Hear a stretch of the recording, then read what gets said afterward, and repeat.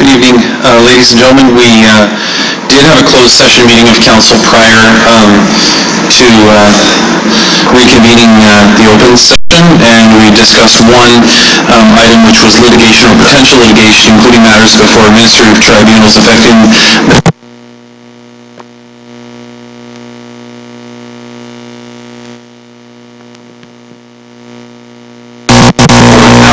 for official plan amendments, zoning bylaw amendments, and draft plans of subdivision 229-2922 Ontario Inc., 2130 Isle of Man Lane, and 0862506 BC Limited, 2611 Isle of Man Road. And with that, I'd ask for a motion to rise for the committee of the closed session of council without reporting.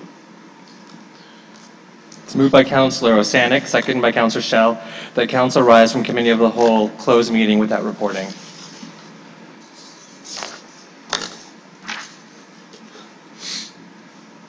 Please vote.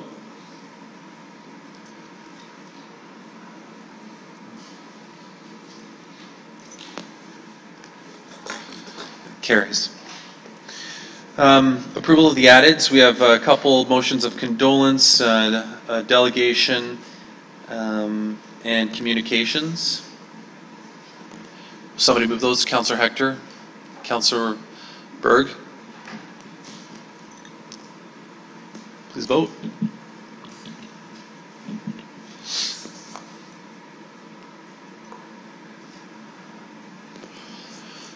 Those carry. With that, I will ask for disclosure of potential pecuniary interest. Councillor George. Your Worship, I have two this evening. The first is I, Kevin George, the Council. Sorry, I can't hear Councillor George. Could we turn up his microphone a bit, please? Sorry, Councillor George. I even have this extended microphone here too. I think it's the background noise. Hello. Okay. I, Kevin George, of the Corporation of the City of Kingston, declare my conflict of interest in the matter of the items that were at the closed meeting of council this evening, as my company has been retained by the applicant's planning firm. The second is I, Kevin George, of the Council of Corporation of the City of Kingston, declare my pecuniary interest in the matter of Clause 2, Report Number 112 that's the planning report, as I've been assisting the applicant with this project. Anybody else?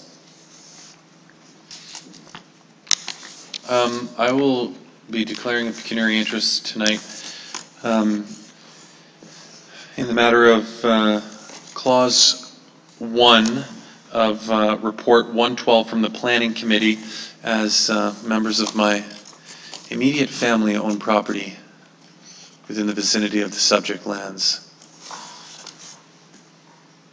Are there any others? Okay, so then with that, we move on to presentations, of which we do not have any this evening. We do have one delegation which is on the addeds, and that's Erica Robinson, Art Tech Head of Frontenac Secondary School, who will speak to Council in regards to motion of Councillor Hector and Councillor Schell regarding the 100th anniversary of the start of World War I in November 2014. Please hold on. Our delegations are given 5 minutes to speak.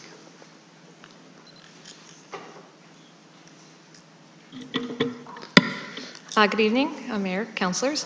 I'm here to present to you A Time Remembered. It's a project I would like to put in place using the sculpture Time down in Breakwater Bay and combining that with Christo and Jean-Claude's work of wrapping sculptures. The basic scope of the project is we'll be involving about 100 to 300 students looking at Remembrance Day and finding a non-traditional way to sort of record that event.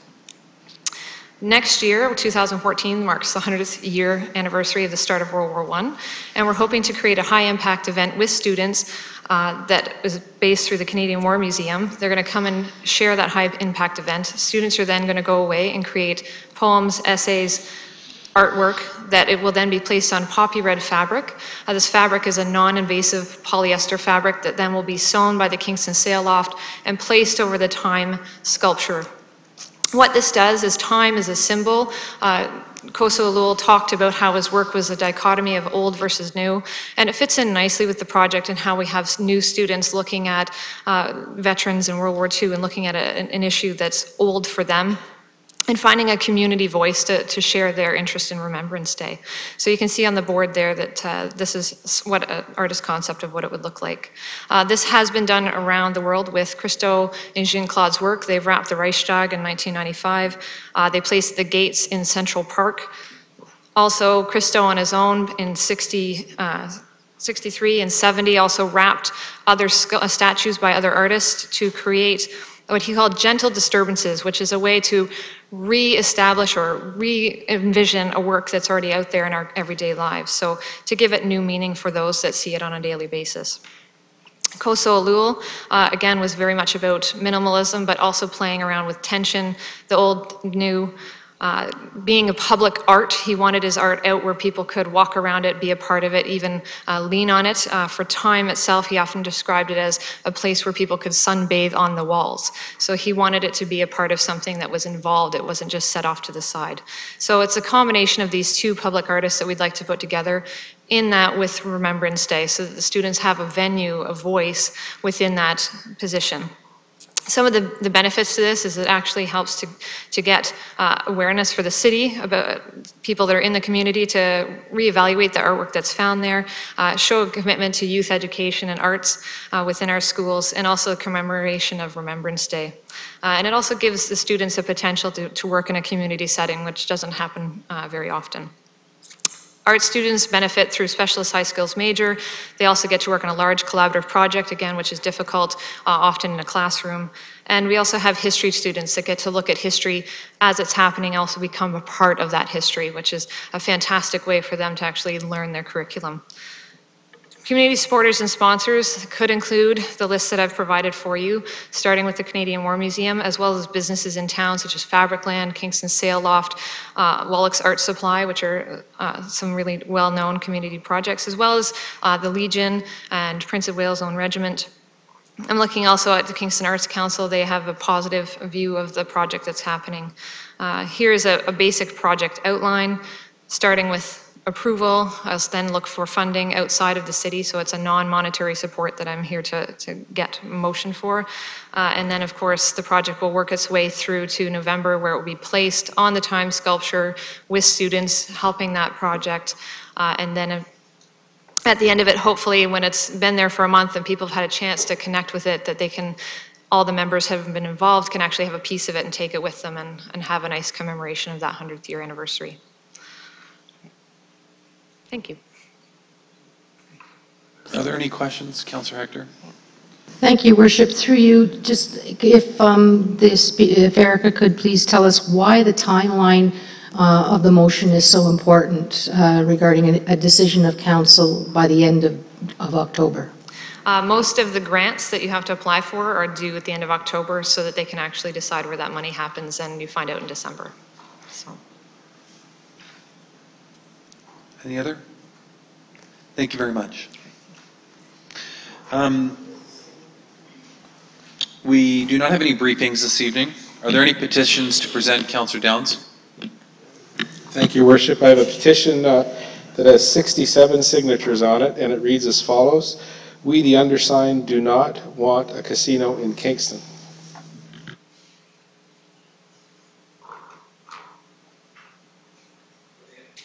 Are there any other petitions?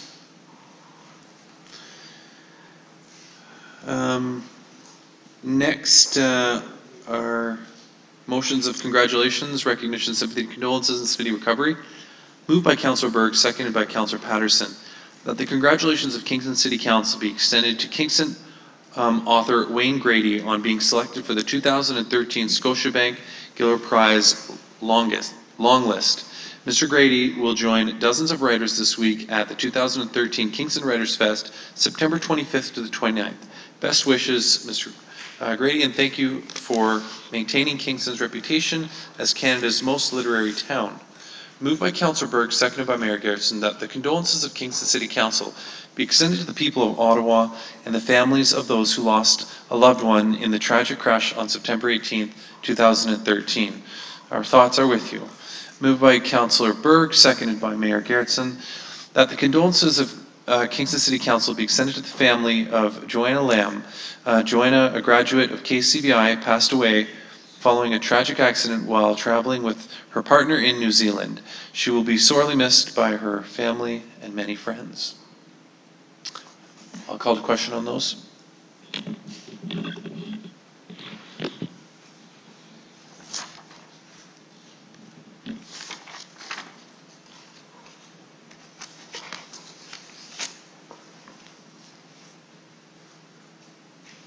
Let's carry. We do not have any deferred motions, so I will move to report 111 from the CAO. It's moved by Councillor George, seconded by Councillor Patterson, that report number 111 from the Chief Administrative Officer, consent, be received and adopted. All right, we have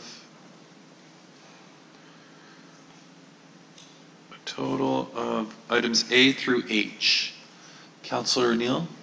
Could I separate A and H, please? A and H. Thank you. Any others? Okay, if there aren't, I will deal with the balance, everything excluding A and H. So B is parking space license agreement behind 261, 263, and 265 Ontario Street. Capital investment for affordable, C is capital investment for affordable housing on John Street. D is contract winter control sand. E is contract snowplow and sand salt. F, YMCA funding agreement for Kingston Gets Active initiative. G, grant of lease for commercial signage for Rideau Town Center. So I'll call the question on those first.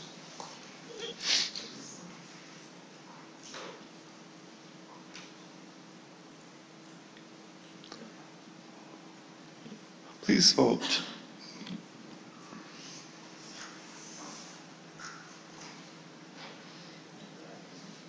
Let's carry. So going back to item A, which is our noise exemption for 58 Leroy Grant Drive. Councillor Neal? Trying to vote instead of turn on my mic.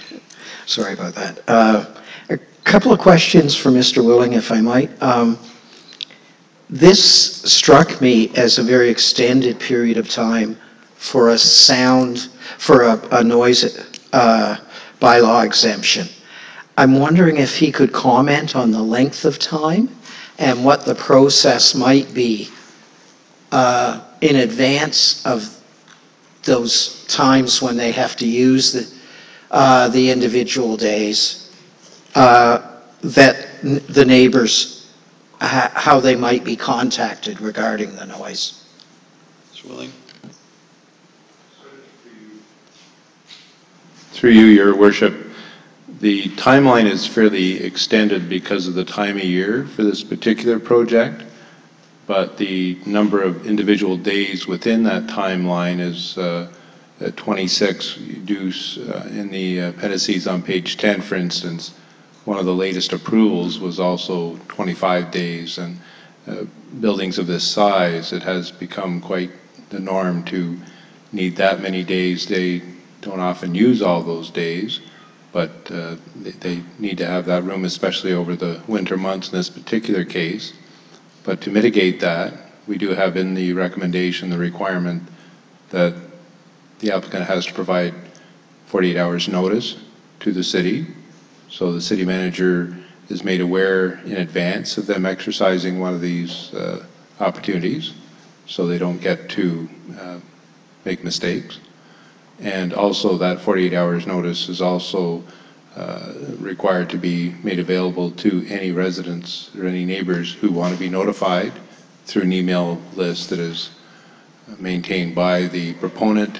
They notify the city as well as any of the residents in the area who want to be notified 48 hours in advance. And has this particular developer been able to create those kind of contact lists for the neighborhood, and have they indeed done so on past developments? That has certainly been the case, Your Worship. This particular developer has been very diligent in providing public meetings to make the abutting building owners or the abutting building residents aware and to fully inform them as to what's going to be happening and when. They have been very good at providing the 48-hour notice. We've never had a complaint on that front. And just generally, although in this particular case you do see an objection in all their other projects, and they've had quite a few of these, we usually find that once a project gets going that they're fairly responsive, and they have also offered to have, at all times when they're exercising these occurrences, they'll have an on-site person ready to take any calls, which basically ends up being we very seldom have a complaint on these approvals from council. Thank you. I'll call the question.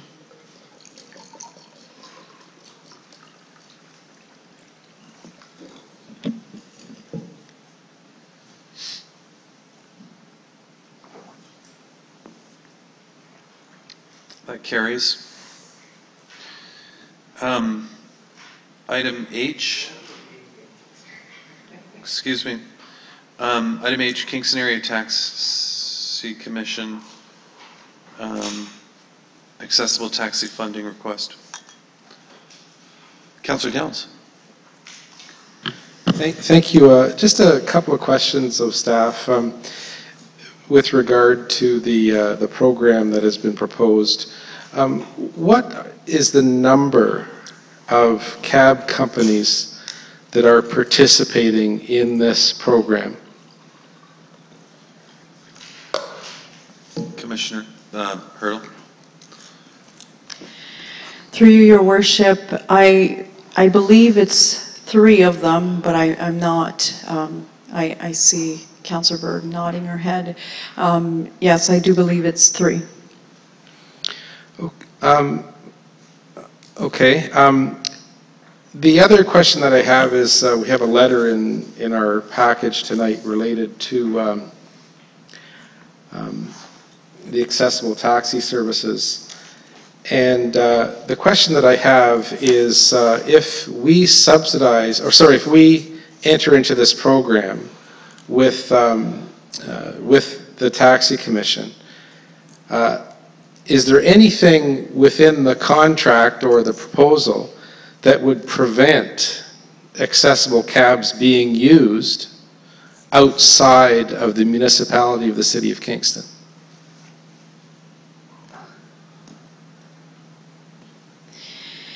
Through Your Worship, my understanding is that there's a limit in terms of the kilometers outside the city. I don't have that exact number, but I would be happy to provide it to members of council.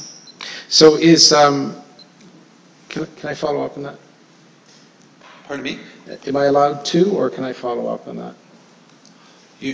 You can ask staff as many questions as you want. Okay, within my 5 minutes, is that it, or? Everything's within your 5 minutes. Okay, Yeah. thank you. But I stop the time when staff's responding. Okay, thanks. Is it possible then that the taxis, the accessible taxis, would be used outside of the municipality of the City of Kingston?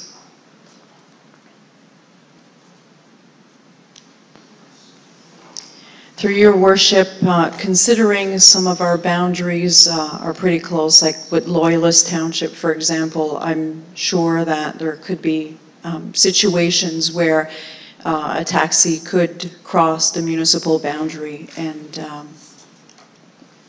and therefore be technically within another municipal jurisdiction. Okay, thank you.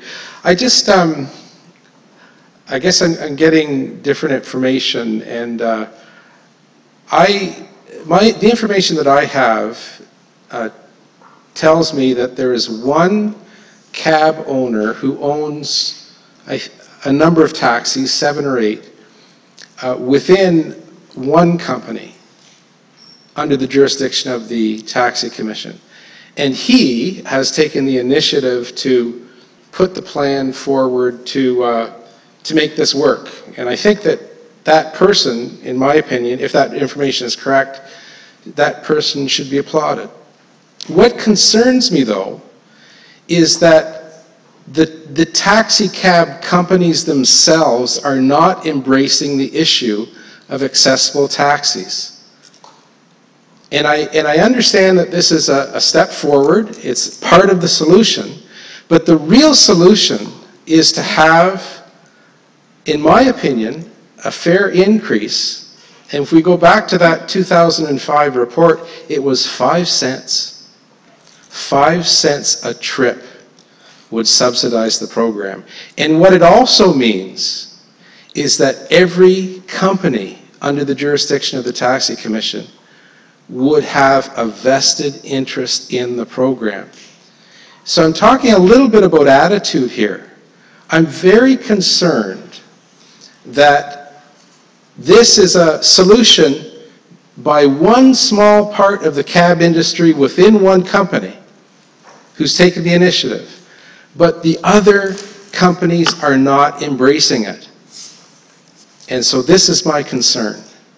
So I'm not going to be supporting this. I also have some concerns about, I'm the last person on earth who wants to deny someone in Loyalist Township from an accessible cab, and everybody knows that. But the principle in the issue of having our taxpayers subsidize a cab that does business in a jurisdiction outside the municipality is of concern. If we could negotiate something with Loyalist Township, completely different story. But we're not there yet. So I think that we're moving ahead with this, and it seems like we're making progress. But I'm very concerned about the attitude within the industry about accessible cabs. It seems to be 1,000 reasons to say no to it. But there seems to be this one guy who has, I think, 7 or 8 cabs who's taken this initiative. And I applaud him for that. Now, that's the information that I'm working from, and I'm pretty sure it's right. The other issue in the letter that came to us today in our notes, dated September 24th, is that we have a letter from the chairman of the Taxi Commission. And he indicates in the second paragraph that support for Kingston Access Services has been received for this program. I want to clarify and make sure that everyone knows that Kingston Access Services absolutely wants accessible taxis in Kingston, but it's not tacit approval for the proposal tonight. You have about 30 seconds. So the point that needs to be made is that our board has made no motion of support for this particular plan. But boy, oh boy, we've been pushing to have accessible taxis for a long, long time. And our citizens who are handicapped, after the hours of the Kingston Access Services are over, they deserve to have 24/7 service, just like every other citizen, just like you and I and the people who can walk in this room. So I have a lot of concerns with this. I will be voting no on this issue, and but I can get to yes if we clarify some of these things. Thank you. Thank you. Next on my list is Councillor Berg. Thank you, Your Worship. As mentioned in the letter that Councillor Downs referenced from the chair of the Kingston Area Taxi Commission, and I guess I should point out just as a reminder, I am the singular member of council that sits on the Kingston Area Taxi Commission, so certainly by virtue of being the only one there and in the meetings over the last several years that I've had the privilege of working with the industry, I probably am more familiar with all of this information and with the accessible taxi file than any of my colleagues. So I apologize if I haven't better briefed all of you on this file. So as mentioned in the letter from the chair of the Kingston Area Taxi Commission, the Taxi Commission has been working with stakeholders the last several years to evaluate the feasibility and legislative requirements of introducing accessible taxis into our community. Those stakeholders include industry members, the Municipal Accessibility Advisory Committee, Kingston Access Bus, City of Kingston staff, and Loyalist Township. On September 11th of this month, the Taxi Commission passed bylaw number 3, which regulates accessible taxis in principle and in keeping with the Accessibility for Ontarians with Disabilities Act, the AODA. Various partnerships with stakeholders make the accessible taxi program possible, and some of these I will highlight. They are included in the report. So there will be provincially mandated training for all accessible taxi drivers, and that will be provided by Access Bus. So the taxi drivers that will be operating these 3 brand new accessible taxi plates and accessible taxi vehicles will be trained by the Access Bus and have the same training that those drivers have already in our community. The proposal, the staff recommendation before us tonight is a loan from the City of Kingston to the Taxi Commission to support the 3-year pilot project for accessible taxis as outlined in bylaw number 3 that I mentioned was passed September 11th of this month.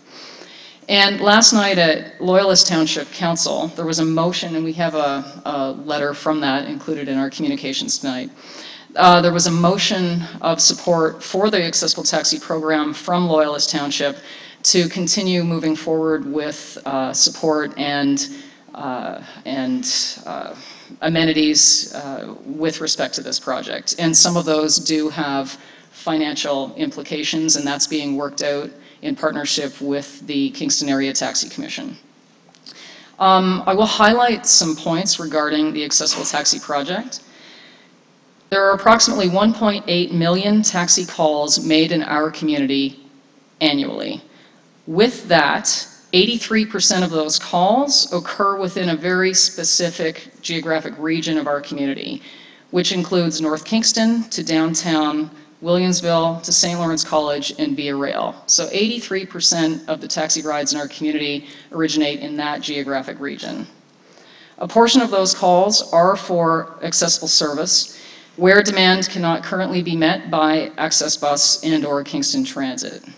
We know from our many discussions, fruitful discussions with Access Bus, that their peak demand hours are between 8 a.m. and 11 a.m.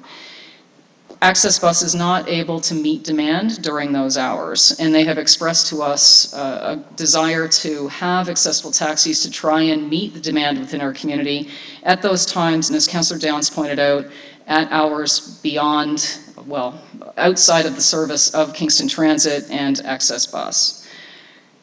The bylaw number 3 pilot project, as passed at Taxi Commission September 11th, includes regular reporting to the Taxi Commission and to the City of Kingston and to Loyalist Township, and that in itself affords the opportunity to evaluate and constantly improve over the next 3 years of the pilot project the accessible taxi service within our community.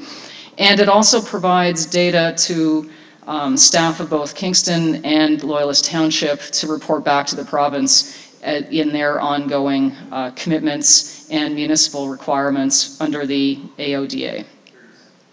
The Kingston Area Taxi Commission fully intends to repay the loan, the forgivable loan that is proposed in this recommendation. And in closing, I hope that you will support this, this project before us tonight. Thank you. Councillor Neal. Yes, thank you. I have a couple of questions of staff, if I can. I know that I read a news report some time ago, I think it was in June or July, that pointed out that other municipalities at the time we weren't aware of any municipalities that grant money directly to the taxi sector to operate accessible cabs. I'm wondering if staff have any further information. Have you been able to identify any other municipality that subsidizes private enterprise of taxis? Through you, Mr. Mayor, we haven't been able to identify any other municipalities that have any similar type of agreement with a taxi commission, which would include, in this case, a forgivable loan.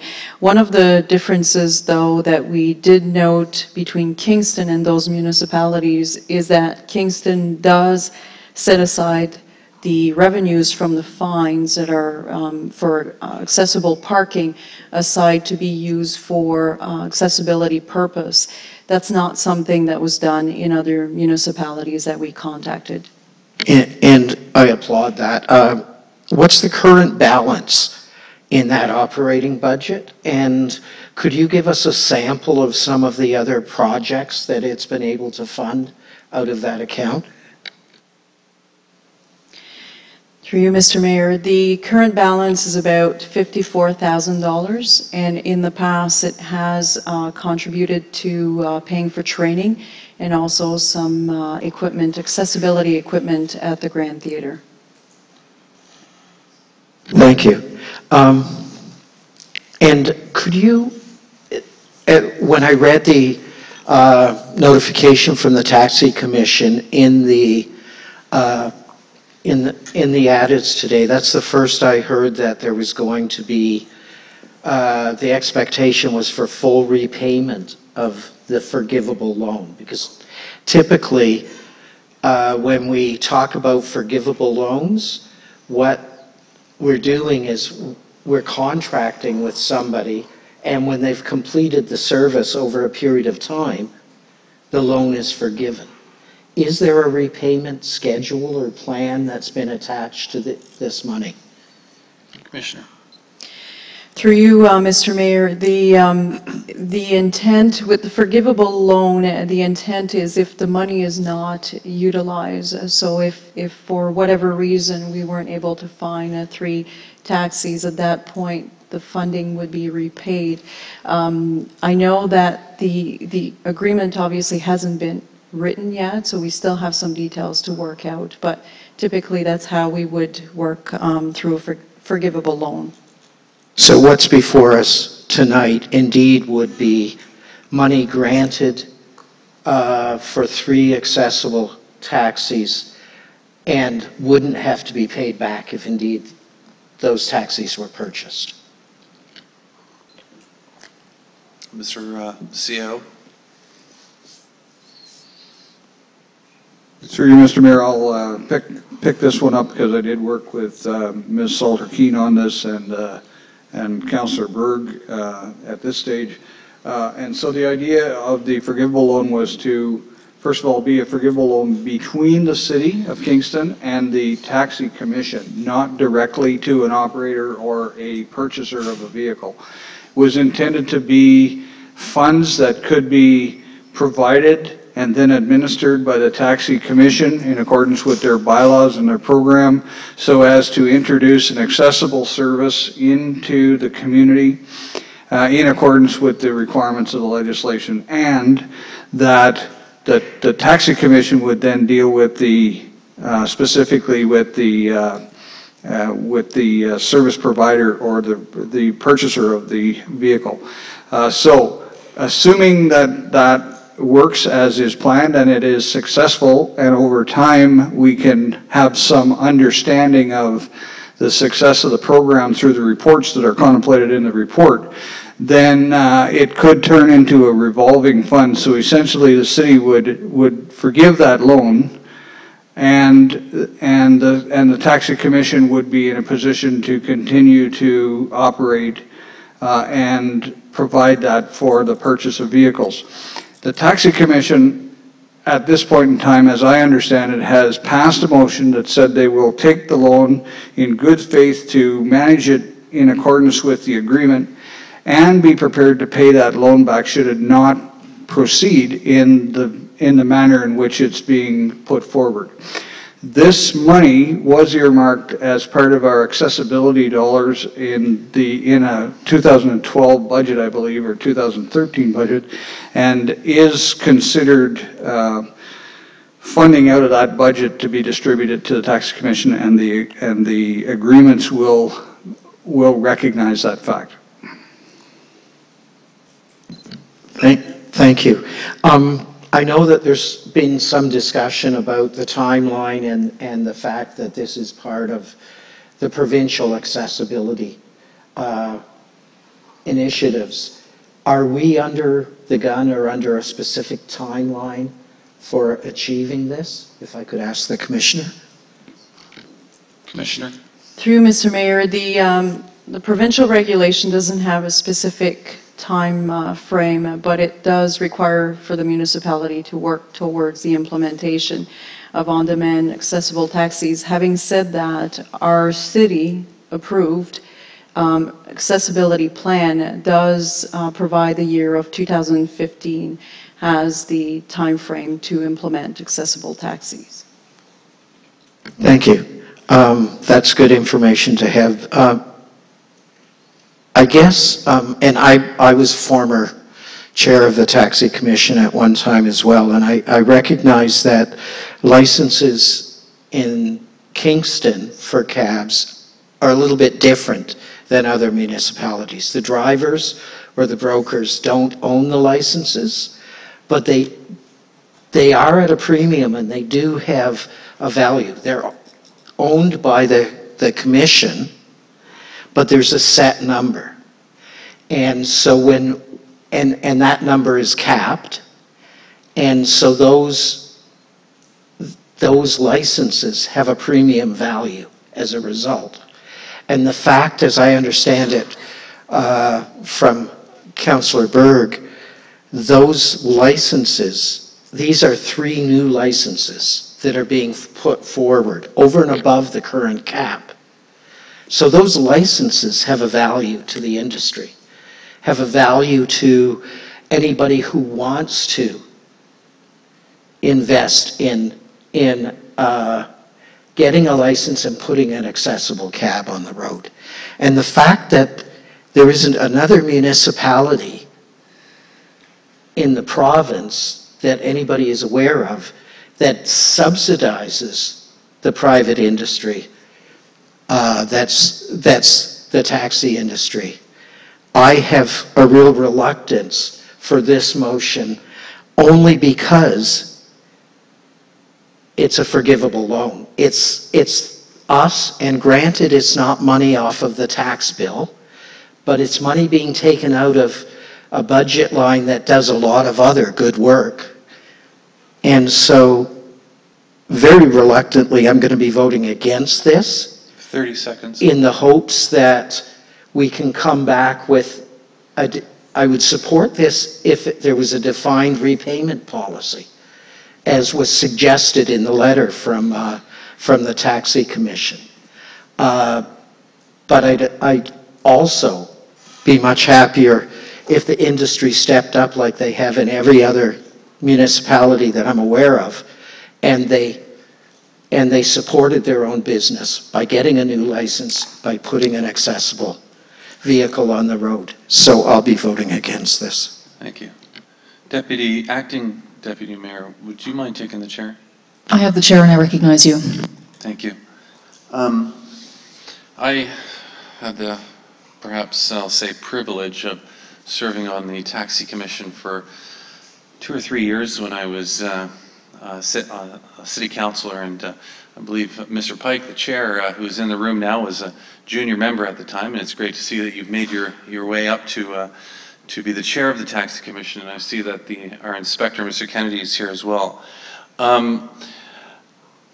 You know, I know there's been a lot of discussion recently about this particular topic, and a lot of talk about you know, these private companies making the money. Let's not forget the fact that the vast or a vast number of the permits to drive these cabs are owned by individuals. Yes, some of the companies own, or some of the owners of the companies might own more than some other individuals, but I've been driving around in cabs since I was, I guess, 18 or 19 years old in this city, and I can tell you, I never can remember once stepping out of that cab afterwards and going, wow, that guy's got it made. You know, they're rolling in the dough. Like, we have to respect the fact that government routinely steps in to assist and help make a level playing field. The reason why this is not feasible for the taxi industry is because we need to keep the prices the same. You can't expect to charge more for somebody who needs an accessible cab than a regular. And I know nobody around this table would suggest that you should. So the natural question that everybody raises is, well, why don't they just raise them 5 or 10 or 15 cents, and they can pay for it like that, like Councillor Downs was suggesting. And I remember raising that question when I was on the Taxi Commission. You know who are the first ones to fight that? Are the drivers. Because they'll tell you, and I remember sitting there in awe when they said this, they'll tell you that if you raise the fare by 10 cents a kilometer or however it works out, they will see a decrease in the number of people using cabs. It's a very competitive market in terms of people using other modes of transportation. So, listen, we do this all the time. When we introduced the kneeling bus or the ramp that extends off a city bus, did we increase the rate for those people or increase the rate for everybody? No. The city recognized the social good for that and donated and contributed the money to do that. Likewise, on a number of occasions, the provincial government steps in, like they did, like they do when you see the ramps that are being installed in various different private operations that are done because of the fact that people are applying for these grants. These grant monies are out there for vast different things. Government assisting the private sector is nothing new. How often does the federal or provincial government, maybe not that recently, inject money into the private sector to keep it afloat, to keep them in business? It happens all the time. So I think that this is a good proposal that's coming forward. I know this was being talked about 6 or 7 years ago when I was on the Taxi Commission as well. And I'm just glad to see that something's finally coming to fruition, because if this passes and the proper funds are there, we will see more people being able to use this service, being able to access this service. And just think, we fund the Kingston Access Bus. Well, do you not see the benefit there? We will be taking some of the pressure off of that. So I genuinely hope that council can come together and unanimously support this, because I think that this is in the best interest of the citizens of Kingston, and in particular, those who really need this service in a dire way. So thank you, Deputy Mayor. I return the chair and note that Councillor Hector is next on the speaking list. Councillor Hector. Thank you, Worship. A question through you to staff. Is there anything in the agreement that we're about, if we pass this, to make, that would deal with the vehicles once they've had their useful life and that they're sold, that if the value be returned to the city so that we could have this revolving fund, so that the value of the non-usable vehicle, because it's gone past its life, could return to the city? CAO Hunt. Through you, Mr. Mayor, the loan agreement is intended to be between the Taxi Commission and the city. We want to stay carefully away from a direct relationship with a purchaser, and as such, the conditions of the loan will be the purview of the Taxi Commission as it relates to its agreement with the purchaser. Thank you, and I can understand why we'd want to do that. I can also recall in the last council in the discussions with this, not just from the Taxi Commission, about the report from 2005 that's been referred to, that since then the city has adopted pretty much a user pays philosophy on everything, water, sewer, you name it. And in terms of taxis, that 5 cents per trip concept kind of fell by the wayside simply because it wasn't now the user, it was just everybody, even the able-bodied, that would have to pay, and along with other arguments as to why it fell by the wayside. And I've been quite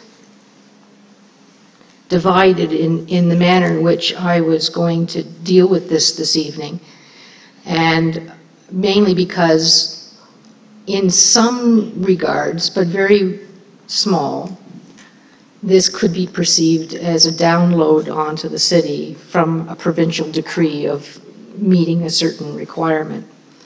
And for that, I felt that I may not want to support this because I don't support any form of downloading.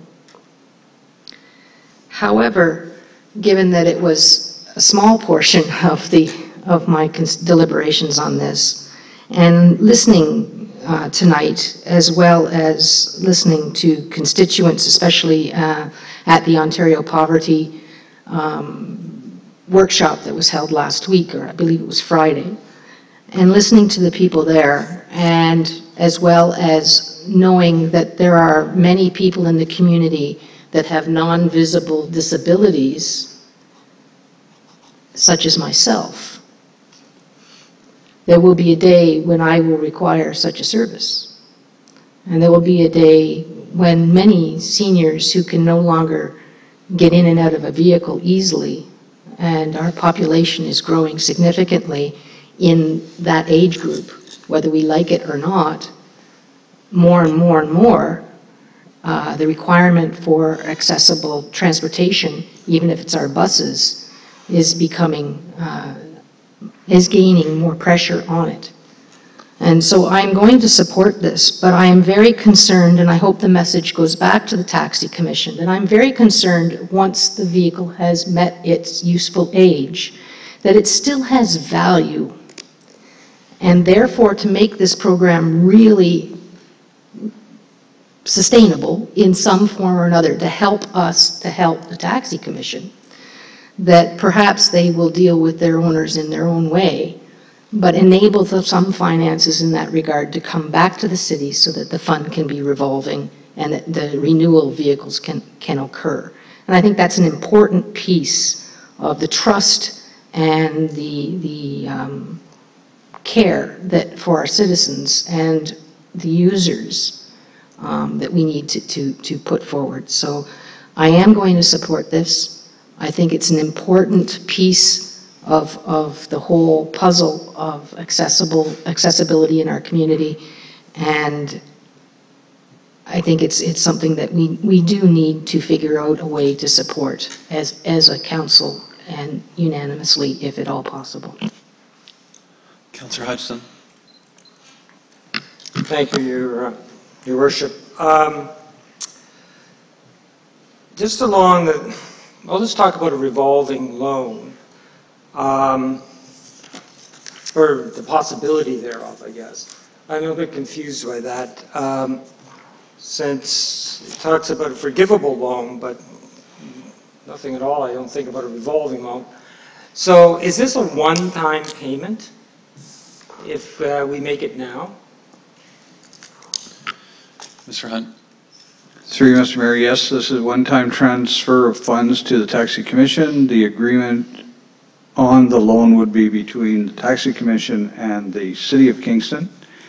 And any loan to a purchaser would be administered by the Taxi Commission as part of having a receipt of these funds.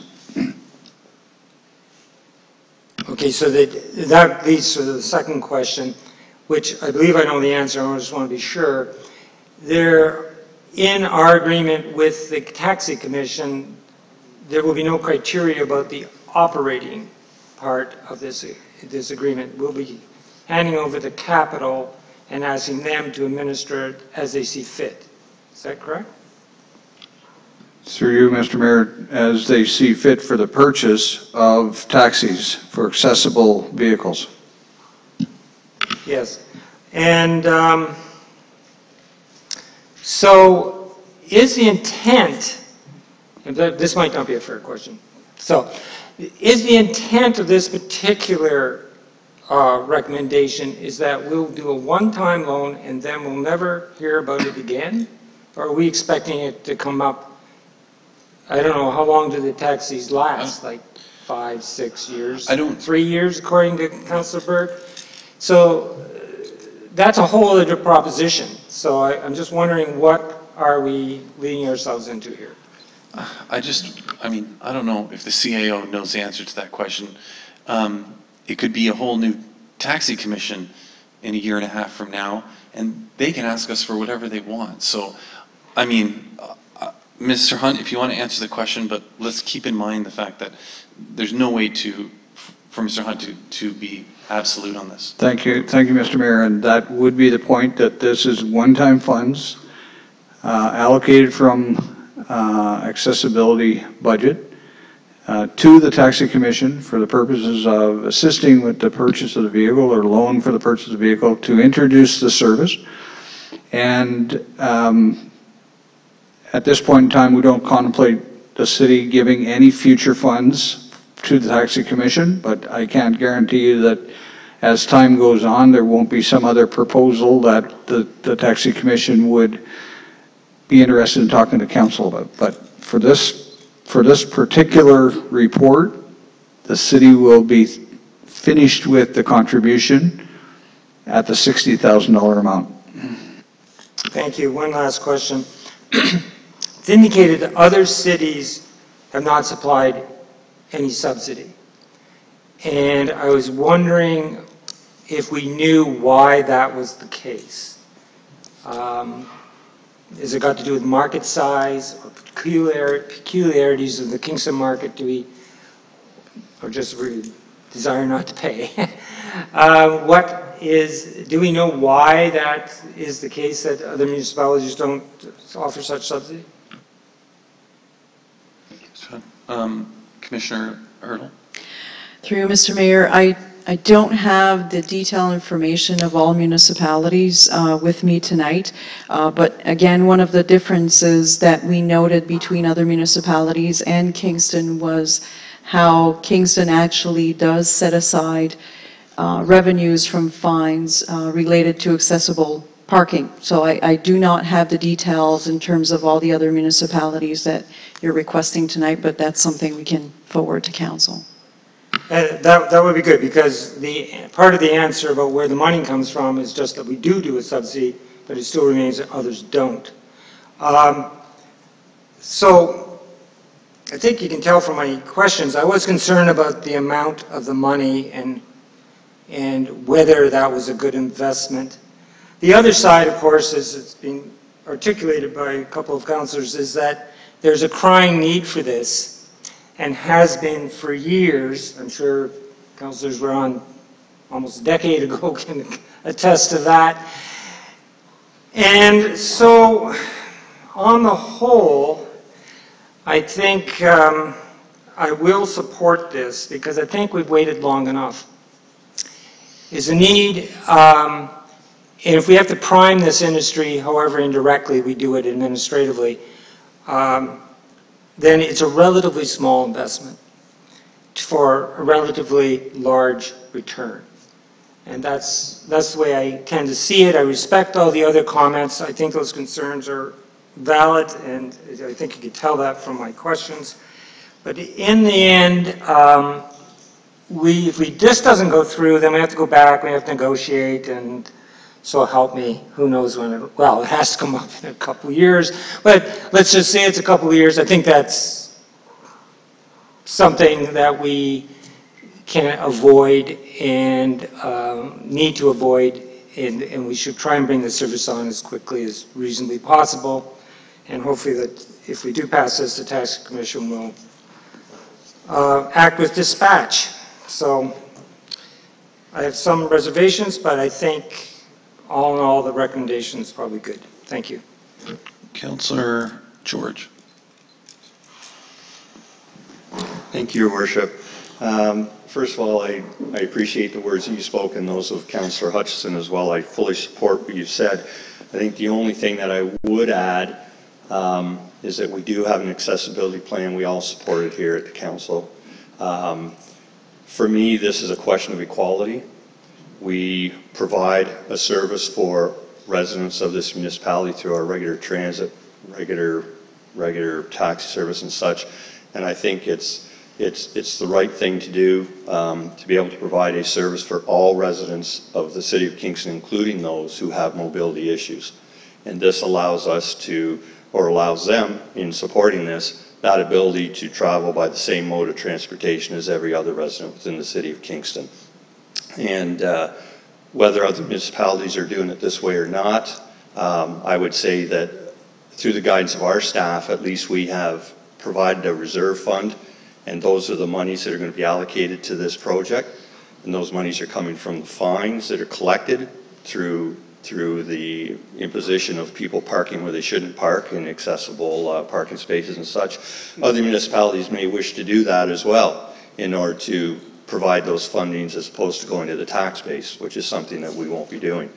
And what happens 3-4 years down the road from now is anyone's guess, but at least at this point in time, this is the direction that I believe we should go in, and it's something that we did previously support. Now we have a plan, we can take the action, we can do it, so I'm hoping that all members of council will support this. Thank you, Councillor George. Councillor Scott. Thank you, Mayor Gerritsen.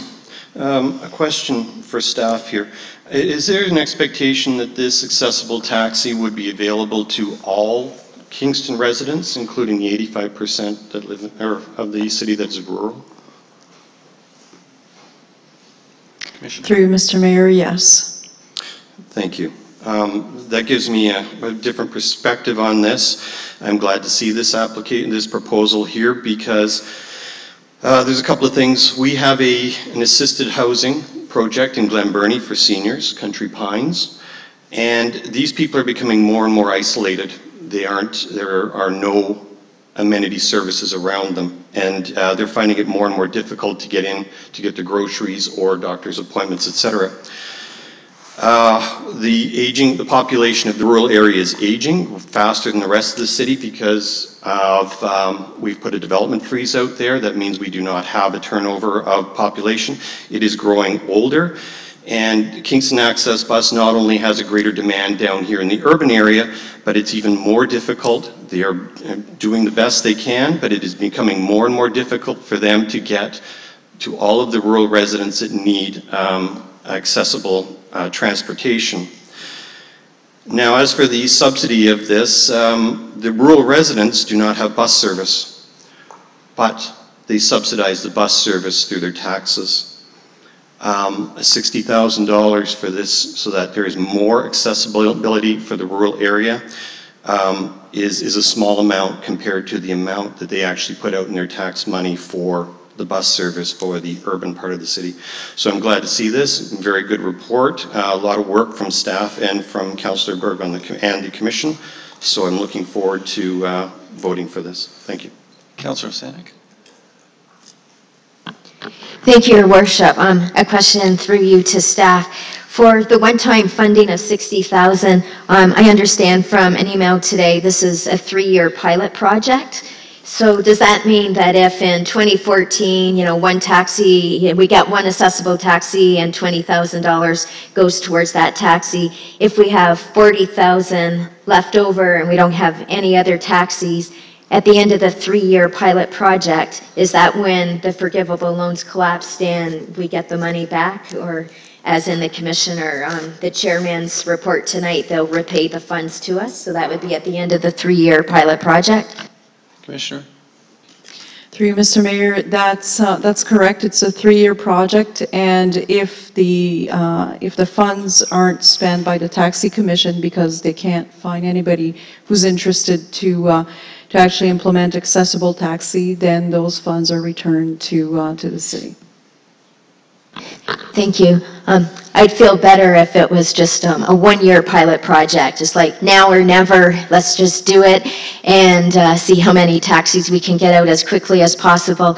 It does worry me that we don't see any other municipalities that have provided this subsidy, but I do understand the need for accessible taxis. So I will be supporting this. Thank you.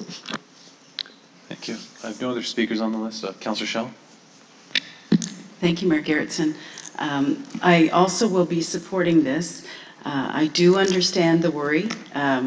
If providing a forgivable loan to a private for-profit company does give me a little discomfort. I think that the terms, I'm sure our staff will have the terms very well written so that this money does go to accessible taxis and proper accounting procedures are kept in place with the depreciation so that the taxi companies can keep replacing accessible taxis over the years. And I also understand the concern and agree with it that when the province brings in accessibility requirements without any dollars attached, it does create a problem for a city. But it's also something that's very necessary in this town. It's been called for quite a long time. And we've certainly heard it, and I'm very glad that we can move forward with accessible taxis. Thank you. There's only one member of council who has not spoken. He does not wish to speak. I will call the question then.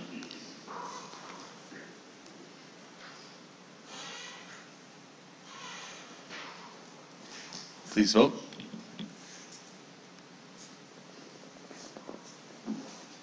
And that carries. Next up, we have Report 112 from the Planning Committee. Mr. Mayor, it's my pleasure to present Report 112 from the Planning Committee. I ask that it would be received and adopted.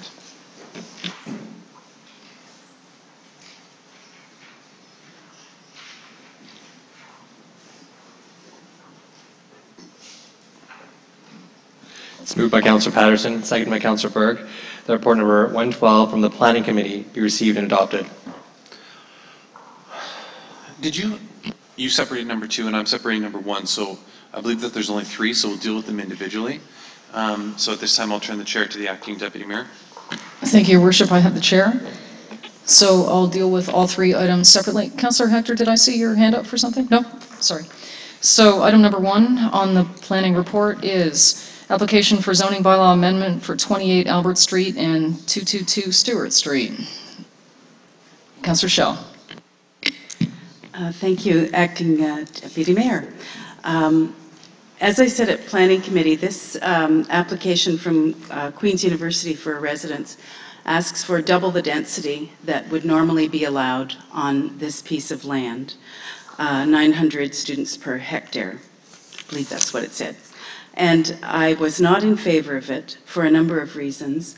One, and I realize that demonstrating need for these extra beds is not part of planning, but Queen's did say the beds would be to free up other areas in other buildings and for second and third year students, maybe grad students, not necessarily first year.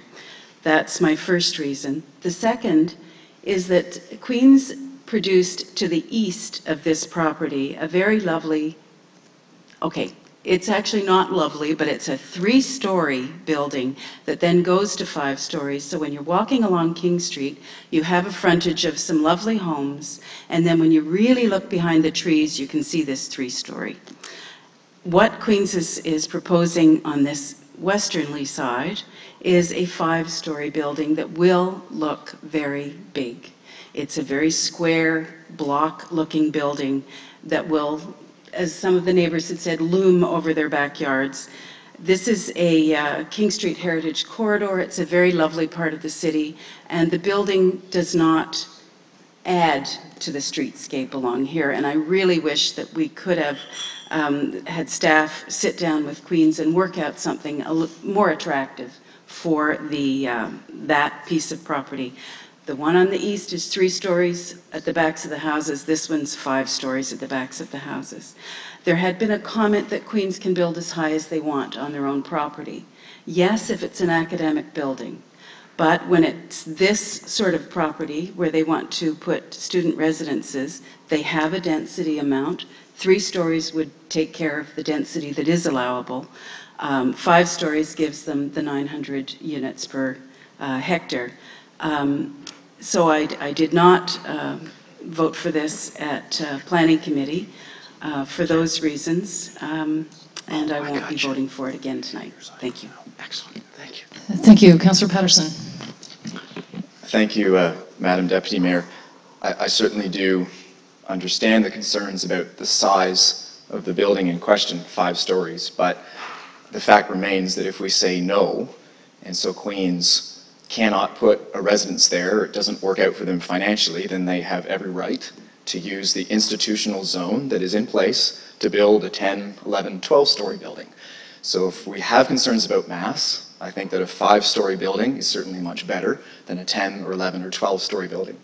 The other concern about putting some extra students in this property, I think it's important to understand if these extra students don't go here, where are they going to go? Does it make more sense to put more students in an area that's already a student village, that already makes sense, that is already acclimatized to having a large number of students? There's probably 1,000 plus students in that area anyways. Would we rather have those extra students there, or would we rather have it in the areas, the neighborhoods outside of the campus, again dealing with that creep of more houses being turned into student housing? And I think that this just makes sense. I think that this is proper planning, and so I certainly would encourage council to support it. Thank you. Thank you. Is there anyone else that would like to speak to this item? Seeing no one, I will ask the clerk to prepare the question. Please vote.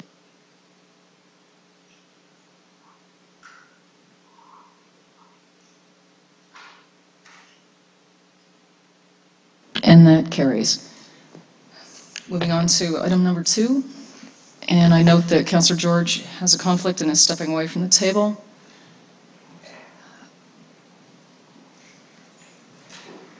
Your Worship, would you like me to continue, or do you want me to pass the chair back for item number 2? I return now. Okay, then I will pass the chair. I return the chair, and we are beginning item number 2. Thank you, Deputy Mayor.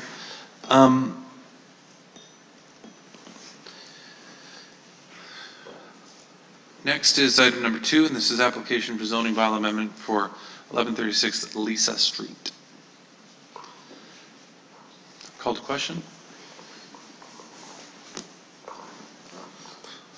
Vote.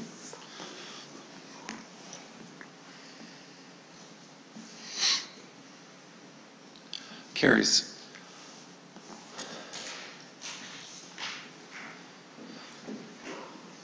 So the last item on the planning report is item 3, administrative amendments to zoning bylaw 32-74.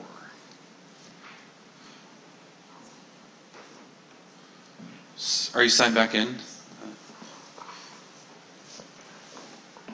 So this one's really long, so you just kind of have to keep going like this, or like this. But what page does it end at, Mr. Clerk? Pardon? No, no. This report goes on and on and on. This item, right? Yeah, report 112. Pardon? 63. Okay, I'm almost there. I will call to question on it.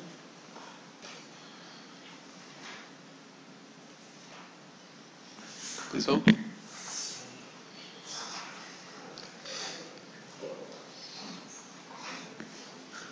That carries. Report 113 from Heritage Committee. Mayor Garrettson, it's my privilege to present report number 113 from the Municipal Heritage Committee. Thank you. It's moved by Councillor Schell, seconded by Councillor Neal. The report number 113 of the Municipal Heritage Committee be received and adopted. Does anybody want to discuss any? Let's vote on them as a whole then, please. When the clerk's ready. Items 1 through 6. Please vote.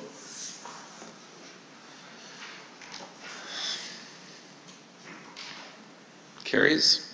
We have 2 information reports on the agenda this evening. Miscellaneous business. At the request of Mary Glenn, Administrative Assistant for Kingston Frontenac Public Library, we proclaim October 13th as Canadian Library Month and October 20th to the 26th as Ontario Public Library Week in Kingston. Councillor Patterson will move that, and who will second it? Councillor Neal.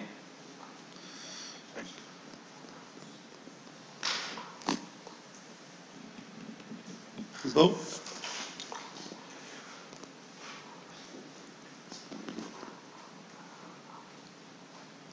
Carries. At the request of Sandy Singers, Executive Director, Partners in Mission Food Bank, we proclaim October 16th as recognition of World Food Day in the City of Kingston. Councillor Hector, Councillor Berg. Call the question.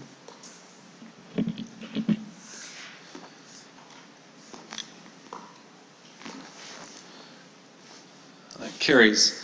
The request of Stephen Hartley, Council proclaim, the flag, Canada Kingston chapter. Council proclaim November 20th, 2013 as Transgender Day of Remembrance in the City of Kingston. Somebody move that, Councillor Hector and Councillor Scott. Call the question.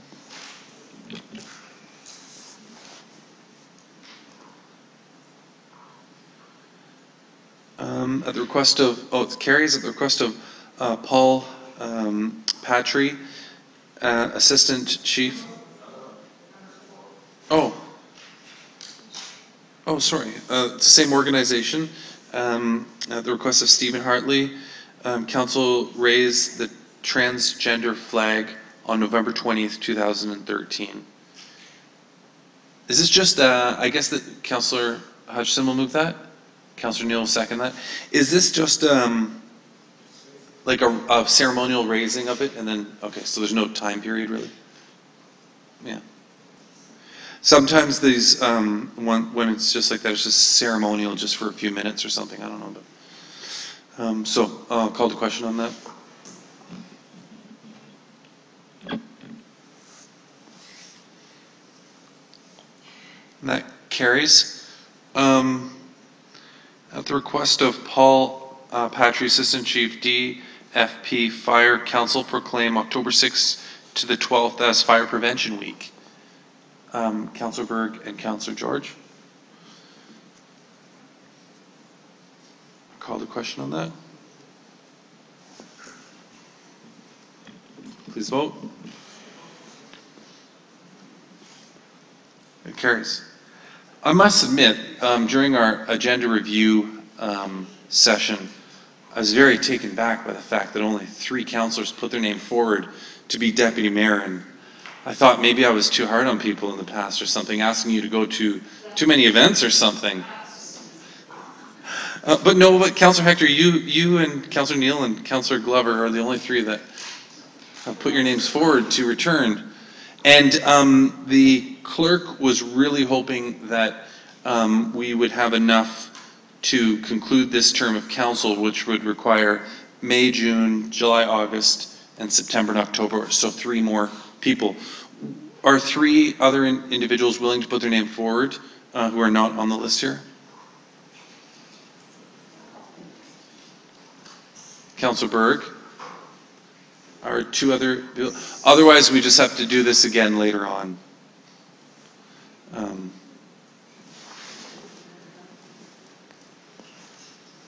Okay, that's fine. I'm not trying to put anybody on the spot. We'll just have to do it later as well. So we have four names there, and so we will add May to June. Then once the names are selected, we will not ratify them until the next council meeting, so that if you want to change for scheduling reasons, you can feel free to do so. So for the month of November, December, excuse me, it's Councillor Berg. Councillor Berg is November, December. So you get 6 weeks of break. January, February is Councillor Glover. Councillor Glover.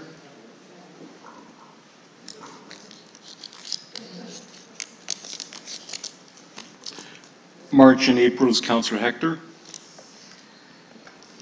Do you really have to pick the last one, or? I don't want to get audited. I don't want to get audited here. So Councillor Neal is for Councillor Neal, May and June. Okay. So in the spring we will have to ask. Well, maybe it'll be some of these people again here for the last 2. There'll be 2 more terms in the end of this term.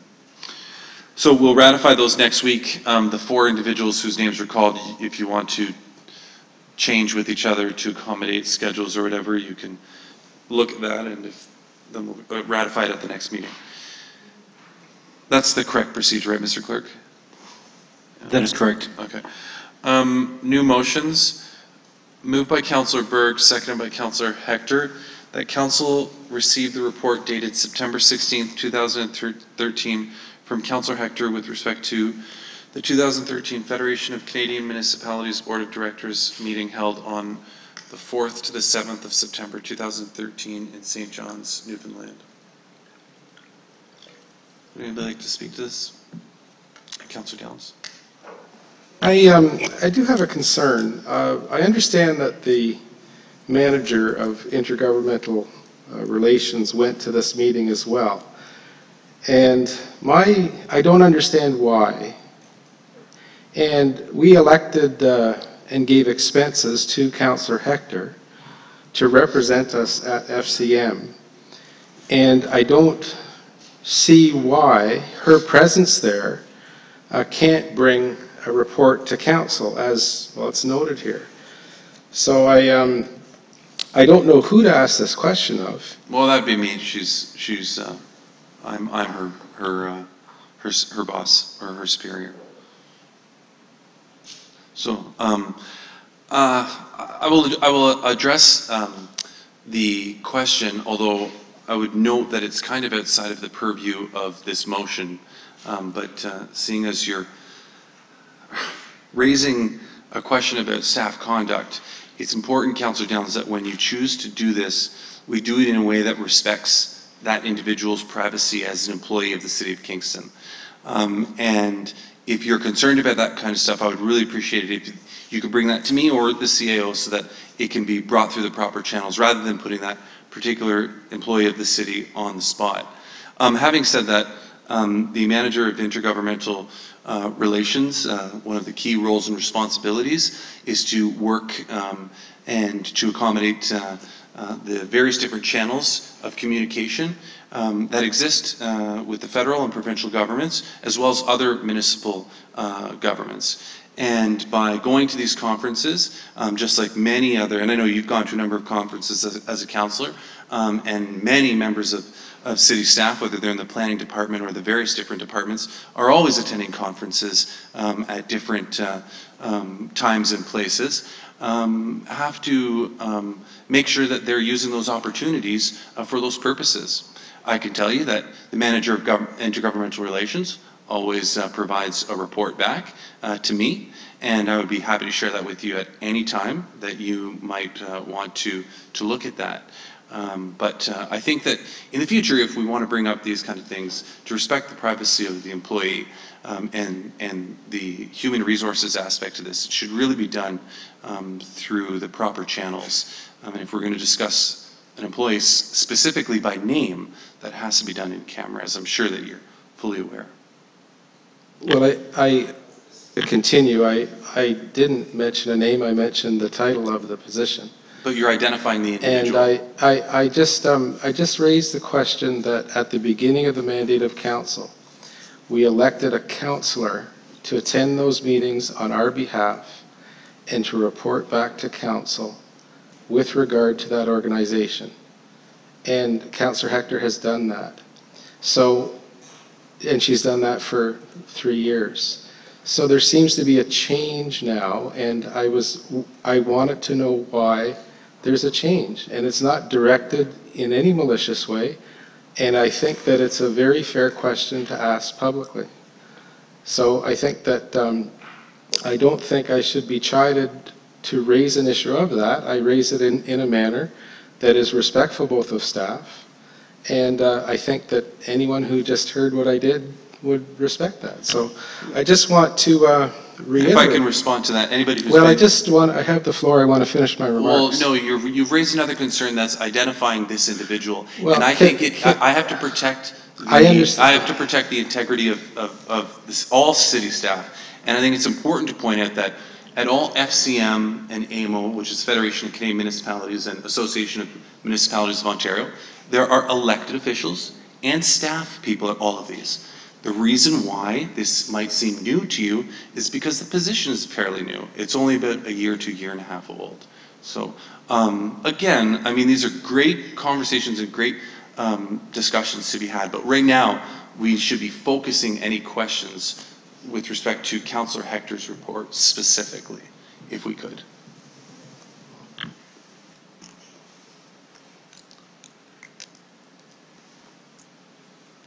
Or do you have anything else, Councillor Downs, on that? Okay.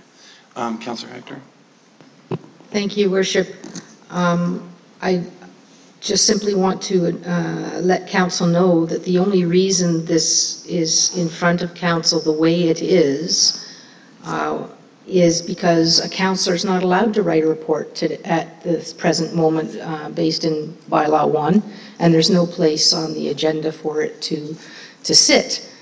Which is why we have motion number 2 that I've put on the agenda. And the only way it can go forward is if there's a resource staff. I can't comment on any other parts of the question earlier asked. However, I will state that I'm happy to see that the report is in front of council, it's in front of the public to see what work is being done at the federal level by myself and colleagues from across the country, and what we are actually doing on behalf of municipalities across the country. And I would like to point out to Council on page 134 specifically, under the Committee for Social Economic Development, the specific recommendations that are there that the FCM is embarking on with regard to housing and the campaign that is about to begin on housing to create a national housing strategy, which is a promise from the 2013 budget of the federal government, and also that in line and in keeping with what Kingston's already been working on with regard to homelessness and a housing first model. The FCM has adopted that and is moving that forward. And again, as Kingston has been working on aging population, you see that as a third priority. Those are the 3 key priorities that FCM is going forward with the federal government on in November on advocacy days. Advocacy days, unfortunately, coincide with our budget. So I'll be late to those discussions on Parliament Hill, but that is a key piece that I think that Council should be aware of. And it goes to also the pieces on the infrastructure and the Building Canada Fund. And I do believe you saw a communique today by email from FCM indicating that the BCF needs very close watching, as it appears that there may be an application process in place that no one knows about at the moment, and FCM is working hard to ensure that there is an application process for us to go forward to ask for funding. Also part of the budget 2013 promise of the federal government. So these things are all being worked on, and I'm happy at any time, should any councillor wish, or your worship you wish, to answer any of your questions at any time, should you have them. Thank you. Thank you. Councillor Neal? Yes, I appreciate the FCM report, and it's particularly refreshing that hopefully we're naming and shaming the federal government into becoming involved in a national housing strategy, which has been kind of an abandoned policy for the last several years. You did mention to a previous councillor that you get reports from the manager of intergovernmental affairs, and you could make those available. I think it would be great if you made those available to council in general, and it would give us a look at some of those things and conferences that she's attending. Absolutely, and I believe that on a number of occasions, council is updated on a regular basis. I believe we've received some, but probably not all. That's all I'm suggesting. I will make sure that all of them are shared, because I think they're important information for everyone. Anybody else on this particular item? I'll call to question on this then.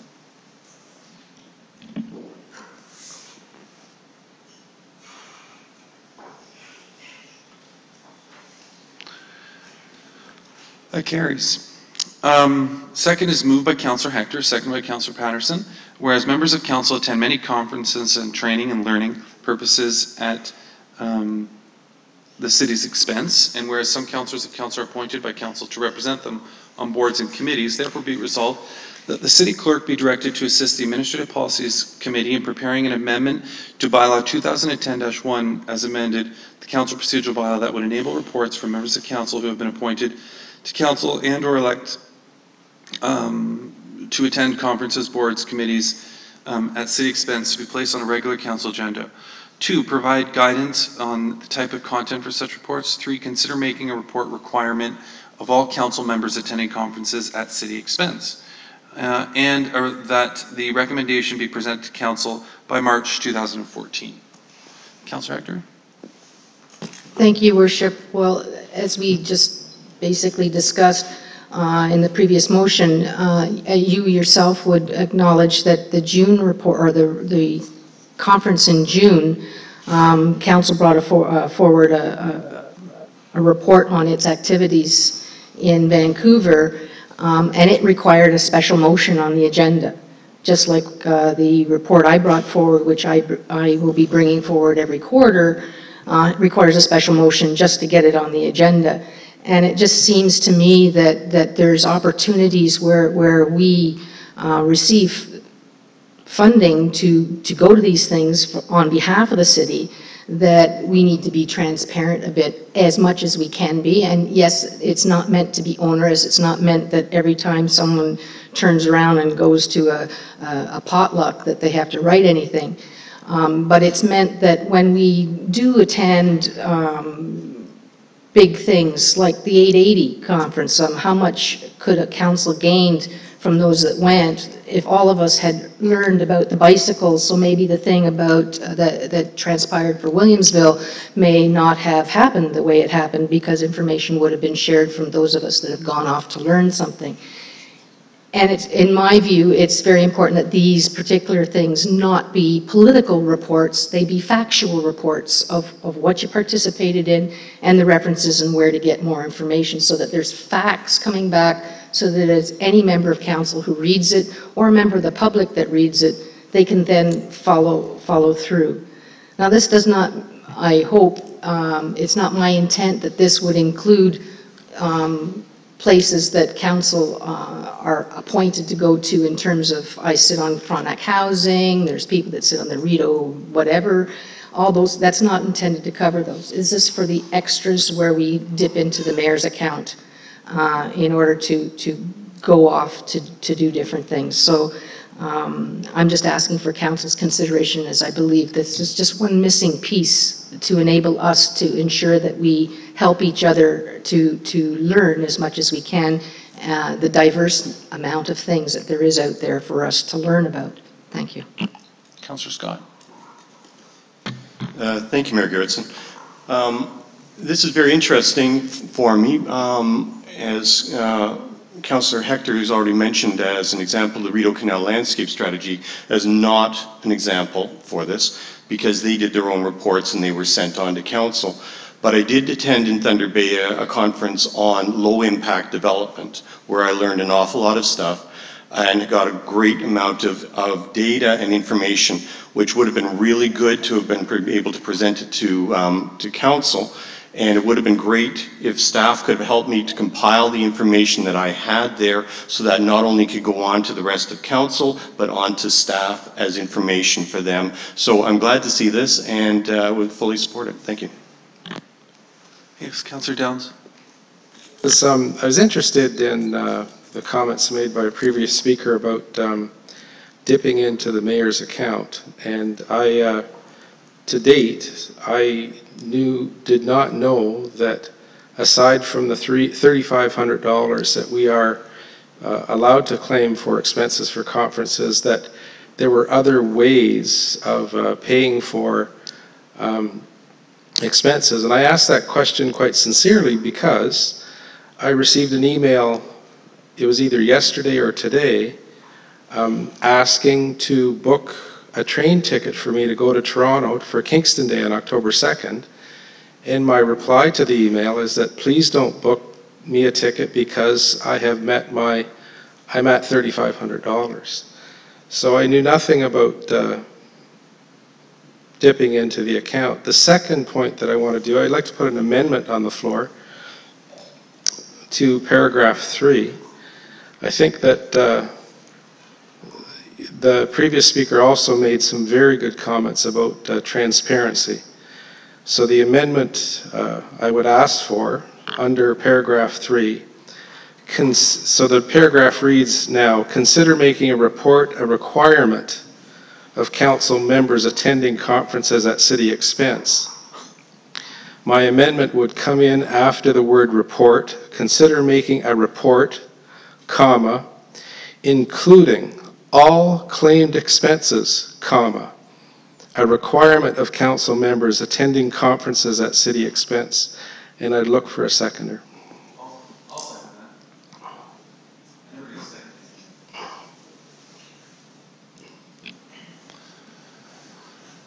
that. Anybody like to speak to this amendment? Councillor Hector? Yes, a question through you to staff. We already have our expenses published on an annual basis, but do we have the staff available to help us do that? Or because I see that as a bit of a problem. I have no problem in doing it. It's just that there's going to be expenses that we may not have access to that's going to have to be compiled by financial staff. Is that going to be available for us? Mr. Hunt, I'm going to put you on the spot. Sorry, Mr. Mayor, I did not hear the question, and I heard the motion to amend that's on the floor right now is with respect to making a requirement that as part of a report back to council, itemized expenses are listed there with respect to what the councillor incurred as a result of the trip and conference or whatever they're attending. The question that the councillor is asking is, do we have the staff resources available to assist the councillor in properly itemizing those in a report? Through you, Mr. Mayor, I would say yes, and I can confirm that we do an annual statement in accordance with the Municipal Act on I think it's in March of every year, report that through to council on the conference and remuneration amounts for each councillor. Anybody else on this? You speak last? Okay. Anyway, Acting Deputy Mayor, will you take the chair? I have the chair and I recognize you. I think that this is a great amendment to make to this. I think that one of the problems is that when it's listed on an annual basis and everything is listed, you don't get to see the details. And I applaud the councillor for bringing forward this motion because being able to look at those details, I think, is extremely important. I hope that everybody supports this. I think that it is definitely a step in the right direction in terms of transparency. Thank you, Deputy. I return the chair. Councillor Downs. Thank you. Just as final speaker, I wonder about the remarks of the previous speaker and mover of the motion, who states that there is a consideration of making a report a requirement of council members. So making a report a requirement of council members. And I don't understand how staff would be involved in that process because you would... No crosstalk, please. Because you would come back from a conference as an individual member of council who attended the conference.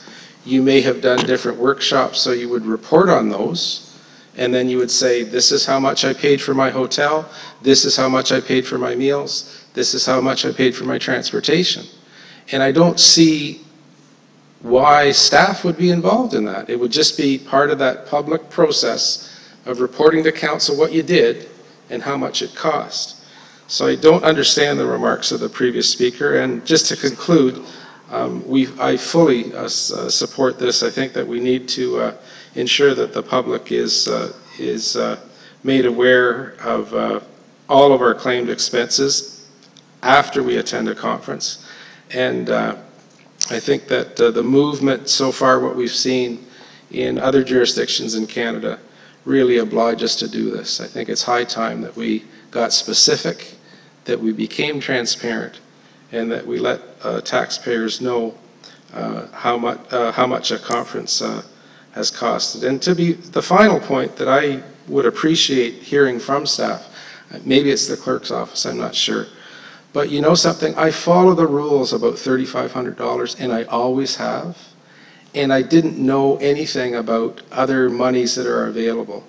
So I guess what I would appreciate is the same information that other members of council have when it comes to accessing something like a train ticket to Toronto on October 2nd. Because because what I've done is at my own expense, I've booked a bus ticket to get there. So I think that it's only fair that the information with regard to this quite sensitive topic, quite frankly, be shared with everyone. And if we have access to something, then everyone should have access to it. Well, I'm not going to allow the clerk to answer that because the clerk has nothing to do with it. I think that the first error that you've made, Councillor Downs, is you've assumed that what you heard is accurate. And I don't know the context in which Councillor Hector was making that statement, but I have no idea what she's talking about. And she's talking about my budget. My budget is so open and transparent. I got rid of my petty cash like on day 3 or 4 because we have no use for it. If you want to come and see my budget, just come into City Hall and Rose will print it off for you. It's very, there's nothing to see.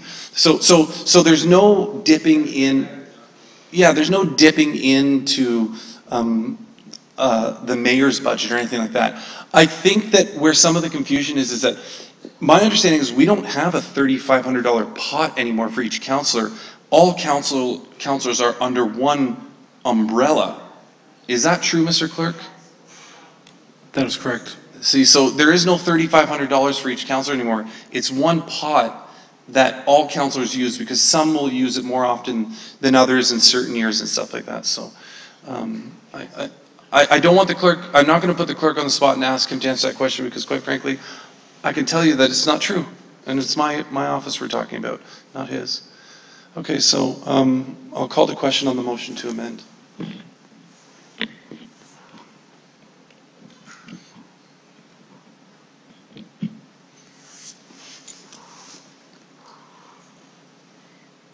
That carries. The motion as amended. I had, what happened to the list?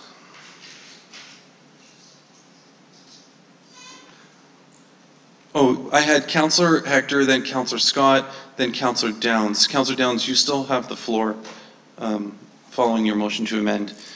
You have about 2 minutes and 10 seconds remaining. Thank you, I'll pass. Okay.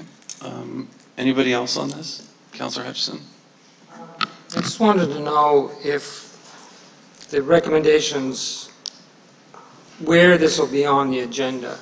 I'm assuming it'll be under other business. Again, I mean, the motion right now, as presented by the councillor, is to ask staff to go back and prepare something and bring it back. So I think we're preempting that information by asking. And that'll involve length of report and all that sort of thing too? I'm sure it would. Okay, good. Thank you. Councillor Hector will speak last. Is there anybody else to speak to the motion as amended? Deputy Mayor, will you take that chair? I have the chair and I recognize you. I think that this is a great motion. If not for the things that Councillor Hector has already identified in terms of being able to relay the information back, you can relay the accountability back to the public of what you're doing. When we went to the FCM conference in Vancouver last spring, I asked all members of council who were there to meet for breakfast in the morning, to have a touch point, to discuss what was going on. I can tell you there were some members of council there that didn't come once. When we came back, my office, through the manager of intergovernmental relations, put together a report. We asked all councillors who we knew who were there to contribute to that report. Some councillors didn't contribute to that report. I think that there is a serious concern about accountability here, and we will be doing ourselves a favor by making sure that we bring this forward. You know, likewise with AMO. When I go to meet with a minister at AMO, and we have at least 7 or 8 minister meetings, I invite all members of council who I know are at the AMO conference. It's the same 2 or 3 that always come with me. So if you're not going to be participating in that stuff that the rest of us are, then yeah, I think it's a good idea that you're contributing to a report afterwards to at least let us know what you learned. I think that this is a great initiative by Councillor Hector, and I applaud her for bringing it forward, and Councillor Patterson for seconding it. And I think Councillor Down's amendment is equally as important. So thank you very much, and I hope this passes unanimously. I return the chair and note that Councillor Neal would like to speak next. Councillor Neal. Just very, very quickly, I applaud the motion. I agree that it should be as accountable as possible. I'm just wondering if these reports, is it the intent of the mover and the seconder that when these reports come forward, they'll be put in onto a council agenda, referenced in information so that the public can access them? Again, I think that's what the motion is asking staff to look into. So to ask the clerk to respond to that is you're preempting the work that the motion is directing him to do. Mr. Clerk, do you feel comfortable answering that? I think I saw a nod and a wink, Okay. but I'll let him speak to it. Okay, Mr. Clerk. Through your worship, we'll ensure that there's a necessary spot on the agenda for all the council information reports. We're going to look around and see a best practice with respect to that as well, to ensure that the reports are publicly available as well. Great, thank you very much. Councillor Hector will speak last unless there's anybody else who'd like to speak who has not. Councillor Hector. Thank you, Worship. I want to thank Council for what looks like may be a unanimous decision. I think this is, as the Mayor has stated, a good step forward, and the amendment is fine. It makes good sense, and it actually makes the motion better. I would just like to make a comment regarding the comments made about 2 words I chose to use that may not have been as well chosen as they should have been, and what I intended by saying that dipping into the mayor's accounts meant that we all go to the mayor and council line on the budget, which is controlled by your office, your worship, and that's what I was referring to, although not as formally as I am now. And I think that to take it as anything other than that is inappropriate. But I'm thankful to all of council for your supportive words on this, and I think it is one step. There's certainly a lot more we need to do, and perhaps that's something that we can think about over time. Thank you. Thank you. So I'll call the question on the motion as amended.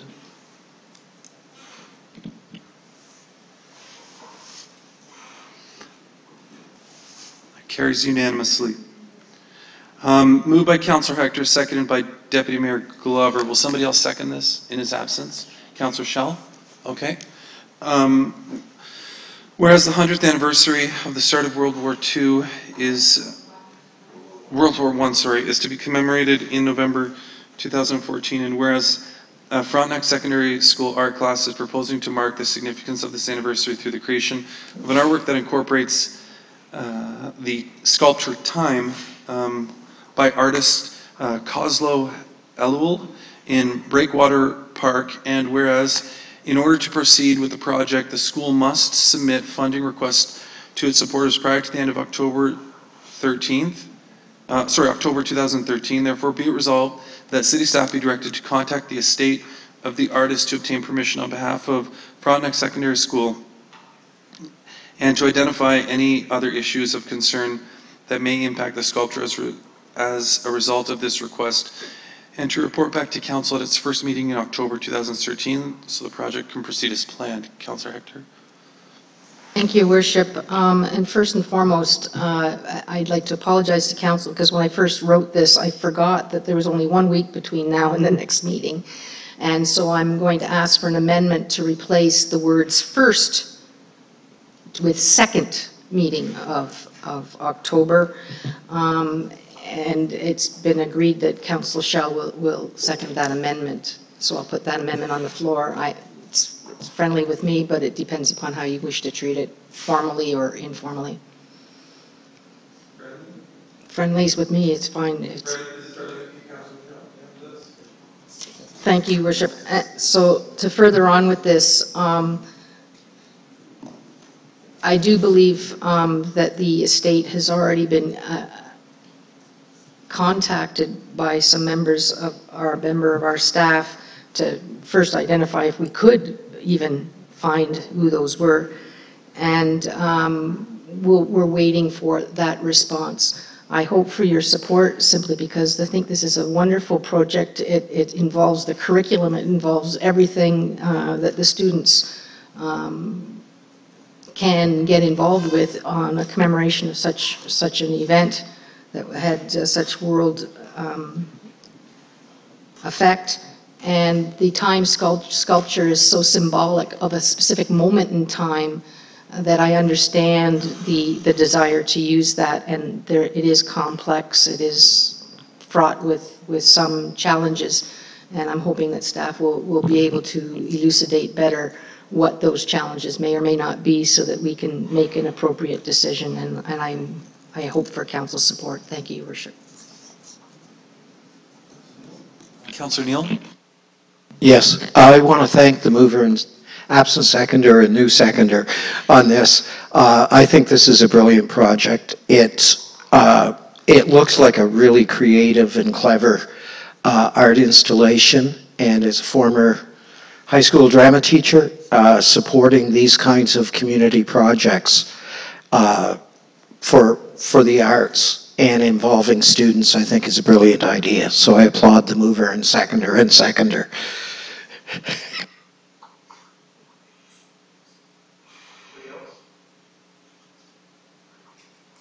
Call to question?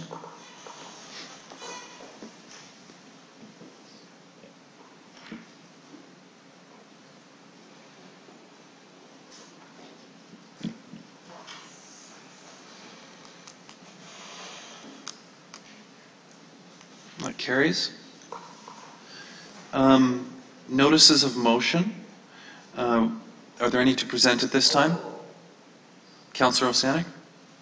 Thank you, Your Worship. Through you, especially since next week we're at it again on October 1st. Moved by Councillor Osanek, seconded by Councillor Neal. Whereas the current City of Kingston bylaw 2004-190 specifies that community posters can only be posted on public notice boards, whereas the City of Kingston has a limited number of public notice boards, all located in the downtown area. Whereas page 28 of the City of Kingston strategic plan states that, quotation, people-focused services are the heart of a vibrant community. Council will innovatively identify community needs and enhance neighborhoods, end of quote. Whereas other municipalities such as the City of Ottawa, Toronto, and Hamilton allow community posters to be installed on poles under certain restrictions.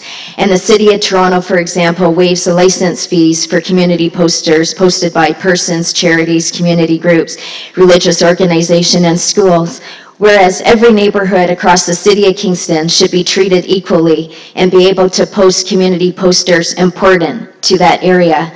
Therefore, be it resolved that staff be directed to explore options and costs to amend the current City of Bylaw 2004-90 and other applicable bylaws to exempt community posters from the bylaw with specific requirements, such as identifying which poles could be used, how the poster could be affixed to the pole, maximum size of the poster, contact information, date, removal time for the posters, requirements specific to a geographic area, such as the downtown area compared to requirements for other areas outside of the core of the city, and any other necessary requirements. And that individual persons, charities, community groups, religious organizations, and schools be exempted from any license fees. and that staff bring the report with a brief review of the policy and recommendations to the Administrative Policies Committee by Q4 2014, and that enforcement of individual persons, charities, community groups, religious organizations, and schools be stayed until this amending motion is heard. You can never accuse Councillor Sanik of not having a thorough motion. Are there any others to present at this time? With that, I'll ask for minutes.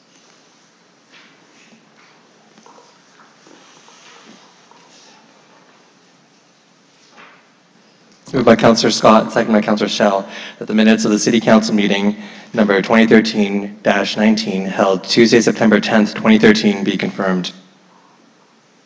You have a question with respect to those?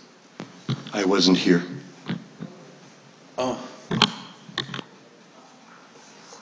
That's embarrassing.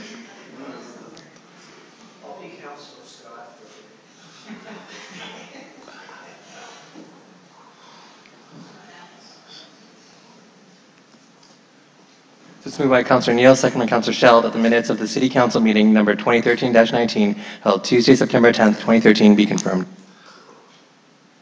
I call the question.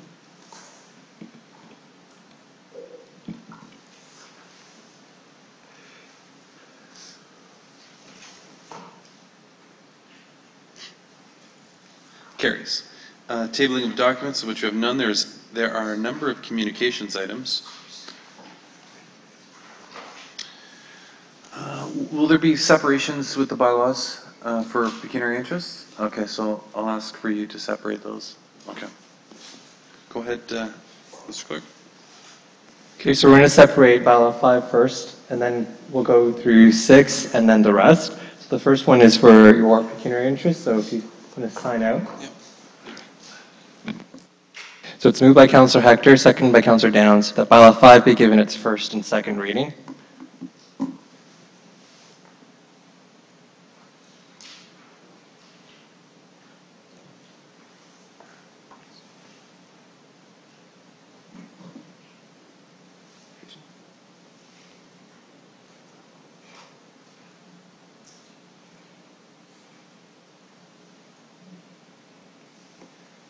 And that carries. And the second one.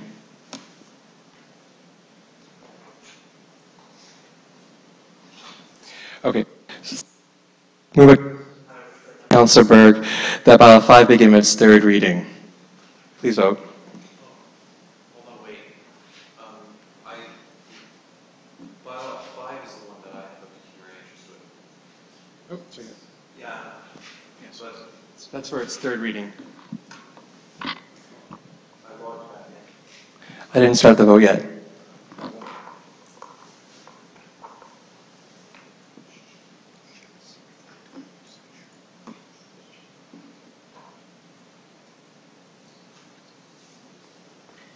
Please vote.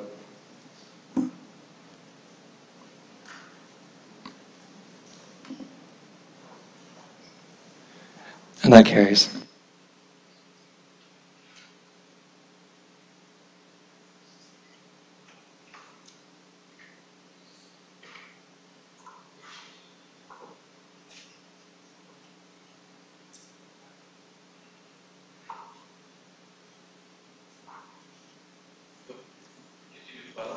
Yep. So, it's moved by Councillor Hector, second by Councillor Downs, that bylaw 6 be given its first and second reading.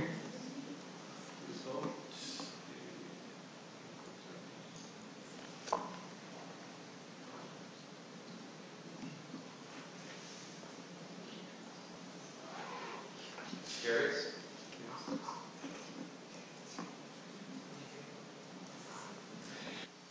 It's moved by Councillor Patterson, second by Councillor Berg, that bylaw 6 be given its third reading.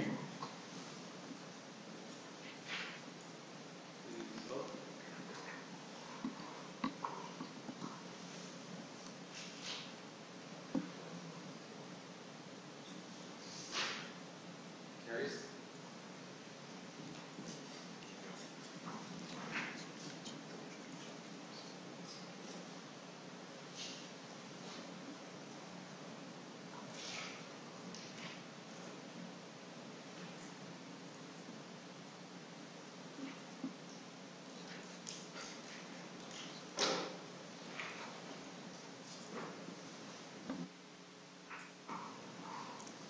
moved by Councillor Hector, second by Councillor Downs, that bylaws 1 through 4, 7, and 15 be given their first and second reading.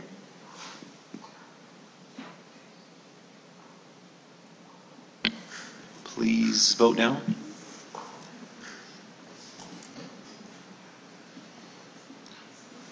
How are we going to adjourn? Councillor Glover's not here.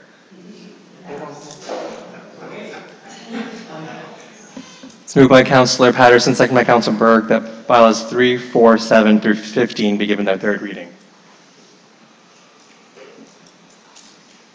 Please vote.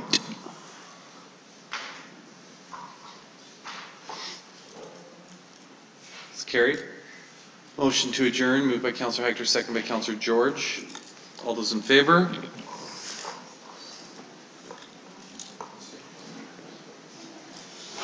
Still waiting for one person to vote to adjourn, please.